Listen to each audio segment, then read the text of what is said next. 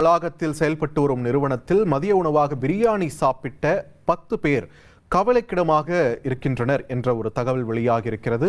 இது தொடர்பான முக்கிய செய்தியை பார்க்கிறோம். கூடுதல் விவரங்களோடு இணைகிறார் எமது செய்தியாளர் பத்மநாபன். வணக்கம். 10 பேர் கவலைக்கிடம்னு தகவல் வந்திருக்கு. இன்னும் எத்தனை பேர் பாதிக்கப்பட்டிருக்காங்க? இதனுடைய முழு பின்னணி என்ன நடவடிக்கை தற்பொழுது முன்னெடுக்கப்பட்டிருக்கு? இது சம்பந்தமா விரிவா பதிவு பண்ணுங்க.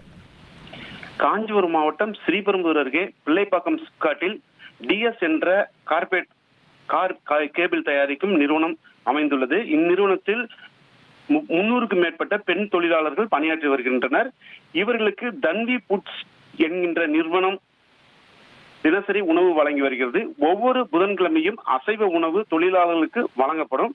வழக்கம் போல் இன்றும் மதிய உணவு சிக்கன் பிரியாணி வழங்கப்பட்டது. முதற்கட்டமாக மதியம் 12 மணி அளவில் முதல் பேட்ச் பெண் தொழிலாளர்கள் பிரியாணி பரிமாறப்பட்ட போது அதிலிருந்த சிக்கன் துண்டுகளில் கடுமையான துர்நாற்றம் வீசப்படுவதாக கூறியுள்ளனர். இது குறித்து அதிர்ச்சி அடைந்த பெண் தொழிலாளர்கள் கேட்டரிங் ஊழியர்களிடம் உடனடியாக புகார் தெரிவித்துள்ளனர்.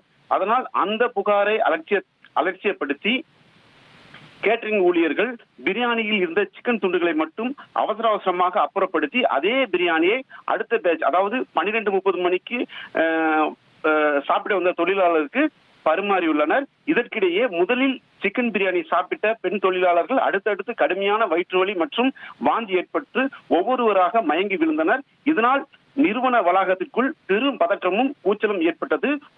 உடனடியாக தனியார் ஆம்புலன்ஸ் வரவழைக்கப்பட்டு பாதிக்கப்பட்ட தொழிலாளர்கள் அனைவரையும் மீட்கப்பட்டு அருகில் உள்ள தனியார் மருத்துவமனையில் 100க்கும் மேற்பட்ட பெண் தொழிலாளர்கள் சிகிச்சைக்காக அனுமதிக்கப்பட்டனர். தற்போது வரை 90க்கும் மேற்பட்ட பெண் தொழிலாளர்கள் சிகிச்சை பெற்று வரும் நிலையில் கடுமையான பாதிப்புக்குள்ளான 10 பெண் தொழிலாளர்கள் மட்டும் அவசர சிகிச்சை பிரிவில் அனுமதிக்கப்பட்டு ஆபத்தான நிலையில் சிகிச்சை பெற்று வருகின்றனர்.